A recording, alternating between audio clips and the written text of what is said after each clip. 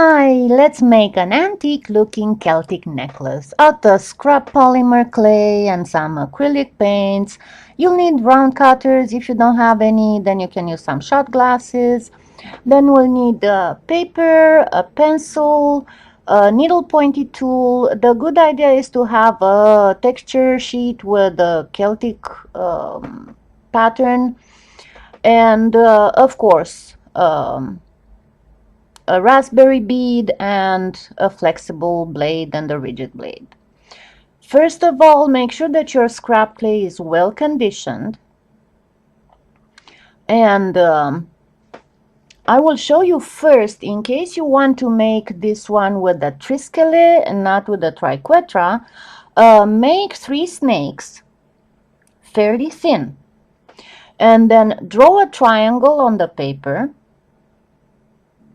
Arrange your snakes along the sides of the triangle.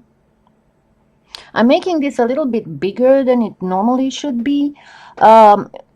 Pinch together the ends of the snakes, and then using something, like a pencil or a toothpick or a skewer, bamboo skewer, start forming the spirals. And come slowly. You'll only need the skewer for the beginning when you start the spiral, and slowly come towards the center, and do the same on all the 3 snake joint point places, the tips of the triangle if you want, and start bringing the spirals closer and closer, but try to do it at the same time. Don't bring one first and then bring the others. Slowly bring them in until you get them fairly flush with the triangle that you have drawn on the paper. And be careful how you arrange them. Make sure that the snakes that are free, that are not coiled in a spiral, align perfectly on the triangle sides. And then there's a little bit of space between the tip of the triangle and where the spiral actually comes. Use the toothpick to arrange them properly, and then you can just take the whole Triquetra with the paper and put it in the oven and bake it. But I'm not going to do a Triquetra, I'm going to do a Triquetra, and I'm going to show you how to do a Triquetra, a simple one, and how to do one with a circle. And I will actually do the one with a circle. So what you need is your cutter. And be careful, if you place your cutter at the tip of the triangle without paying a lot of attention to anything else, your Triquetra will be kind of big. I mean, if you intend to use it like this, it's fine. But make sure that your sides are perfect. But if it's this big, that triangle in the middle is this big, you won't be able to put in a circle. So draw another triangle, and this time place the cutter at the middle of the triangle.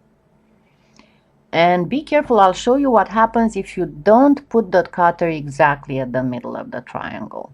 How your Triquetra will get skewed.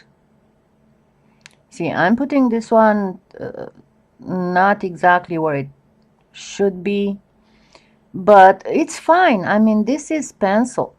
You can fix it. Just draw another line until you have a proper Triquetra. And this time, because the triangle in the middle is small, you will be able to have a circle. Because remember, with the first one, you need to have the lines of the circle going on top and under the lines of the Triquetra. So keep this as a model. I will first show you how to do a simple Triquetra. Just cut the clay on the, go with it through the thinnest setting, cut some strips, And then place first the triangle. Make sure that you get them one on top, one under, and then slowly bend the tips together to conform to the drawing underneath.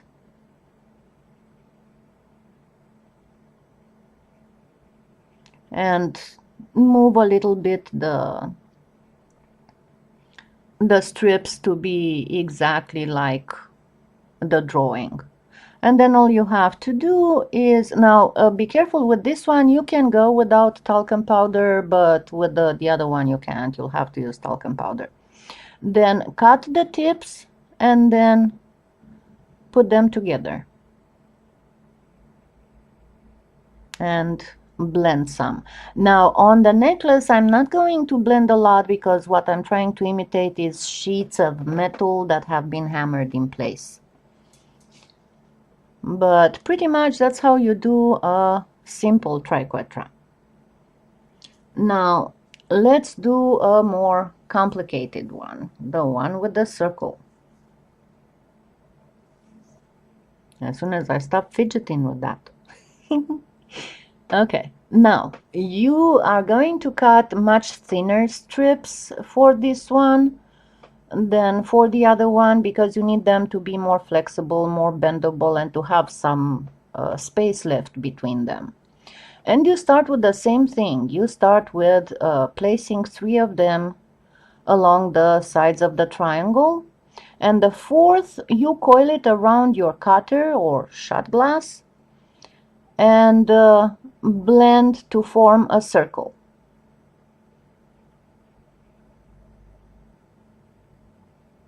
And then just remove the cutter. And now you have a circle. Make sure that you put talcum all over the place because otherwise the strips will stick to each other and they will be a pain to handle. And place some on the spot where you're going to work as well. So place them along the lines of the triangle and do exactly like before, you know, place them one on top, one on the bottom, and then take every strip that is under and bring it through the circle from the inside. And then kind of try to arrange it so it would be centered. Use a toothpick to help you with arranging. And it's fine if you don't make it look absolutely perfect. We are talking here an antique. We are talking like Bronze Age. They were not making perfectly looking jewelry at that time. And we are talking about hammered metal. That's what you're aiming for.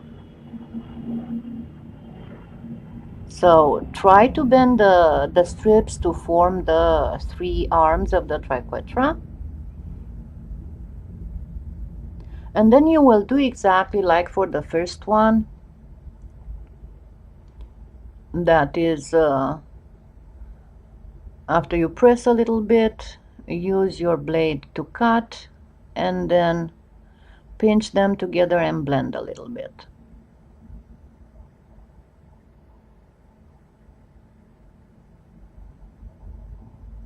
And then you can take the whole piece on the piece of paper and put it in the oven and let it bake. And while it bakes, I will show you how to make the beads. Make sure that you arrange it nicely and then also flatten it a little bit with your fingers. No worries, you got a talcum powder and you won't leave fingerprints. And it's good to go in the oven. It's good to go in the oven. Okay, stop fidgeting. It's okay. All right, I got it baked. Now I'll get one of the cutters, 2 cutters actually, one bigger and one smaller, and I will cut 4 bigger and 4 smaller ones. I'm using the cutter so all my beads will be the same size. And then after I cut them, I will just form them in my hands. Now remember, when you form beads in your hands, try to keep the piece of clay in the middle of your palm and don't make too big moves, because otherwise you won't get round beads. You'll get them oblong and lentil-like and all kinds of stuff. And then I will also cut 2 strips and get them on the texture sheet. You will see why in a minute, because I want to make a combination of cylindrical beads with tube beads. Now let's put that through the machine and then put it to the side. Now shape all your beads round. And again, remember, keep it in the middle of your palm and don't make the round movement too wide. And do that until you see there's no crease line on the bead at all.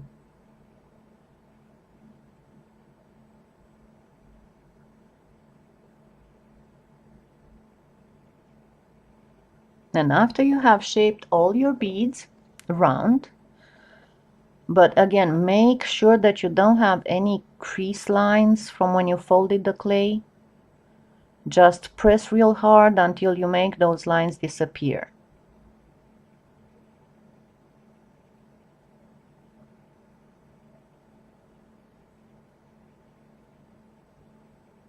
And see how little I move to the sides my hands? The moment you make them that round movement too large, you will misshapen the bead. It will not be round anymore.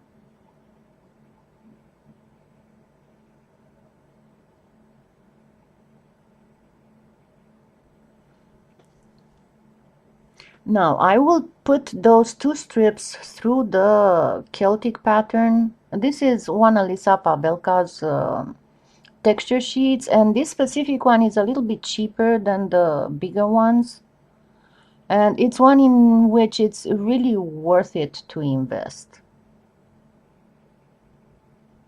And you see, I'm not using the roller, I'm only using my fingers to get the shape. Now shape all your beads cylindrical. Take your acrylic block or whatever you use instead of an acrylic block, something flat. First of all, roll them a little bit to start giving them the cylindrical shape. And then flatten them with the acrylic block, so you will form cylinders. Make sure that they are not too skewed. Again, remember, we are talking about metal stuff. Take a toothpick, insert it from above, right in the center, and there I picked a very skewed toothpick. I'll need another toothpick. Yeah, it doesn't work right, does it? Okay, so insert it from above, but make sure that you make little screwing motions until you feel you reach the table. Then look for the hole on the other side and insert the toothpick on the other side too. That is to avoid to deform the bead. Then roll it a little bit, take the texture sheet and press a little bit, roll it on the texture sheet to give it some texture. And do that on all your 4, because you have 4 bigger beads, 4 smaller beads. You do 2 of the bigger beads, 2 of the smaller beads with the texture sheet, and then the other 2 bigger beads and 2 smaller sheets, beads. You flatten them. Then you do the same trick with the toothpick and then slightly roll them over the texture sheet, so you would texture just the edges. Now take a bamboo skewer, break it in 2, and start rolling around it the strips that you went through the texture sheet with, and form some tube beads. Just roll them, cut, and then with your needle pointy tool kind of blend and extend those lines. It's okay if they don't really make a logical pattern. Nobody is going to check the patterns on your beads. As long as they have a vague Celtic look, it's going to be just fine. Trust me. Just make that seam look pretty. Then make 4 snakes, and with the other bead cut it in 2, place the snakes like that and roll them around the skewer. And I'll show you on the second bead more better how to do this with those little snakes, because you're supposed to coil them around the skewer and then tuck the ends under the coil on both of them.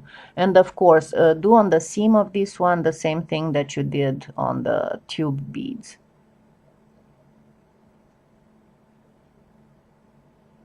I know I went a little bit off camera, but I promise you on the next bead I'll show you very close up and in a lot of detail how to do those coils, because they can be found in a lot of ancient jewelry.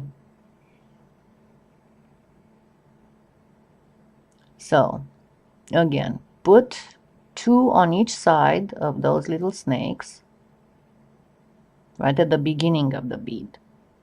Then roll around the skewer,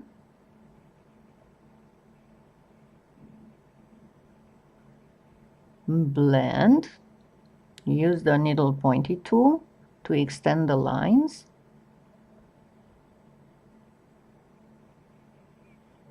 and then take one of the snakes and start coiling it.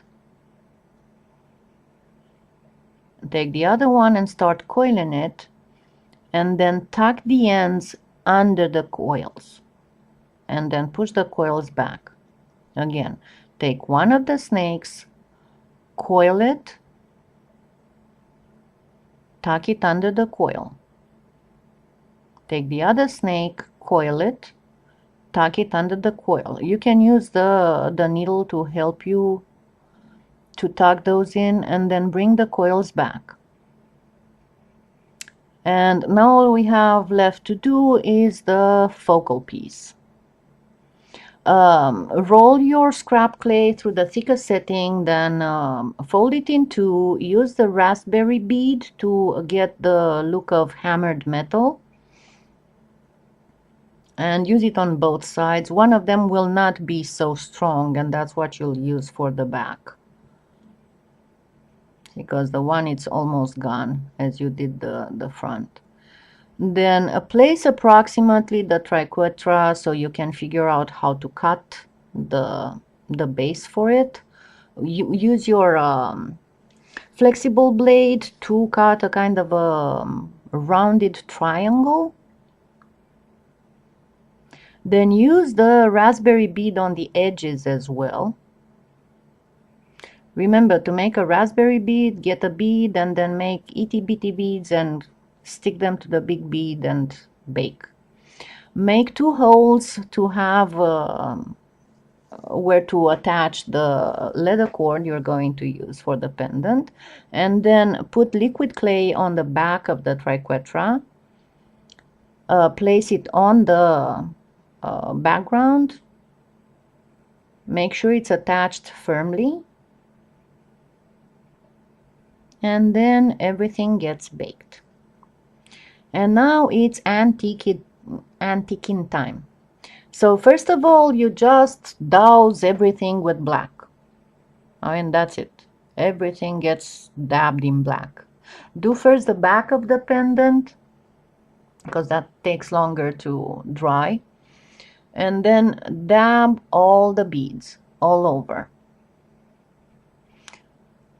Then wipe everything out. First wipe the pendant, because it had enough time to dry some by the time you finished all the other beads. And then dab the face of the pendant. Of course, you can use latex gloves for this. I don't mind getting my hands dirty. Then wipe all the beads with a paper towel sprayed with alcohol. But just rub, don't spray the alcohol on the beads. You only want to rub off whatever's on the top of the bead, not what's in the recesses. Do the same for the front of the pendant and for the back of the pendant. So remember, put alcohol only on the paper towel. Then what I'm using here is dark patina, which is a metallic green, but you can use just plain green. And with it, just dab a few dabs on each bead. Don't cover it completely, just a few dabs. And then do the same thing with the pendant. Don't wipe, dab. And not all over the place, just in certain spots.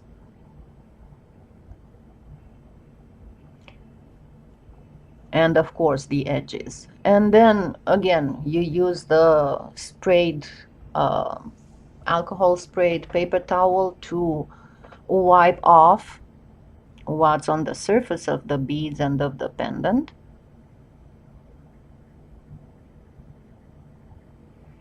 And then, because I don't have a really antique bronze looking acrylic paint, I just mixed the dark gold with the mocha chocolate metallic, that's a dark bronze, and with a little bit of that green metallic. You can use just plain green, and I got this shade of bronze. Excuse me. Now remember, for this you need to use your finger almost dry of paint. So put the paint on a paper towel and dab on that spot to lift paint on your finger. Never put your finger on the bead with direct acrylic paint. Always grab some acrylic paint, put it on the paper towel, and then lift it from the paper towel. And you'll do 2 coats. The first one, you see, I wipe, and I wipe every practically every surface, and then use a very stiff brush, paintbrush, to go in the recesses. And again, with the paintbrush, do the same thing, make it be almost dry. So after you lift paint, dry it on the paper towel. But all you need to do with the paintbrush is to go in those recesses under the Triquetra lines, because that's supposed to be a sheet of metal that was cut and then was hammered in place there. And then wipe with this bronze the pendant and then all the beads. Don't forget the ends of the beads, not just the faces. And then you will do a second coat, this time dabbing, so you wouldn't have any trace of wiping with paint, and it will look way more authentic. And do the same thing with the beads. After you are done, put everything in the oven for like 10 minutes to let the paint set. And what I'm doing here, I'm going to show you only half of it. So I get the leather cord, I put it in 2, then I put it through the hole on one side of the pendant. I pull it through the loop, and then I will start threading the beads. I used some metallic connector beads that are exceptionally cheap, and you can find them all over the place. And I have some that are bronzish looking and some that are copperish looking. I only use the bronzish looking. So I am threading all my beads. See, those are the connectors.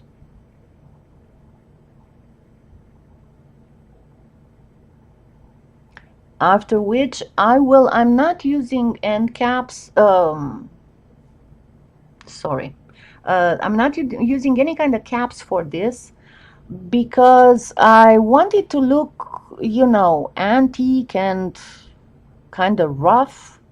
So I am cutting a piece of wire, and I am going to put it at the end, and this time I'll do it quite close so you can see what I'm doing. See, I'm coiling the leather around the wire.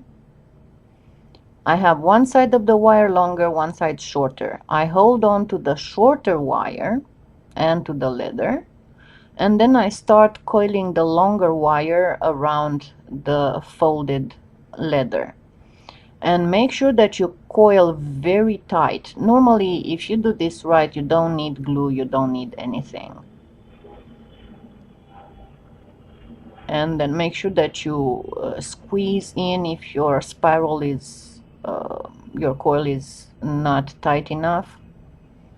Then once you get to the end, make sure that you do that very end.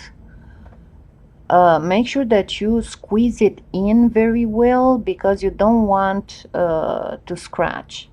You can use a file on it if you want, and I'll actually coil some wire around that whole thing one more time to make it a little bit more bulky, more barbarian, antique looking.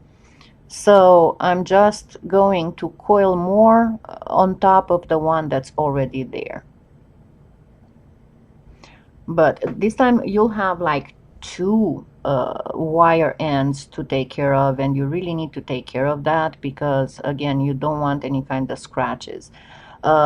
Check with your finger, and if you didn't manage to squeeze it properly in, then use a file. See how I'm looking for the very end, and I am squeezing it in so it will actually bite into the leather.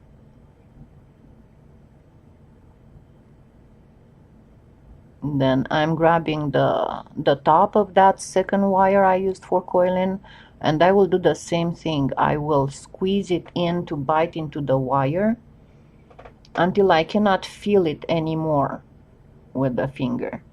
And if you can't, as I said, you need to use a file. Then I will do a twisted loop, a wrapped loop,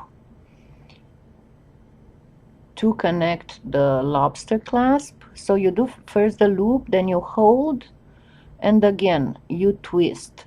I am using the tweezer pliers because it's much easier on my hands, and also I can coil, I can wrap much tighter with the tweezer pliers.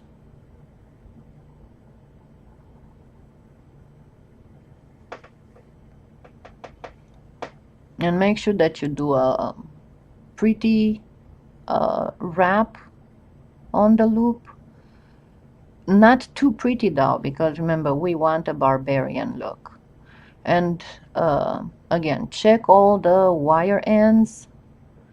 Make sure that you do not have anything scratchy left. And if you do, use a file. That was Seamus who moved my camera. I'm sorry. Okay, so let's see what we got.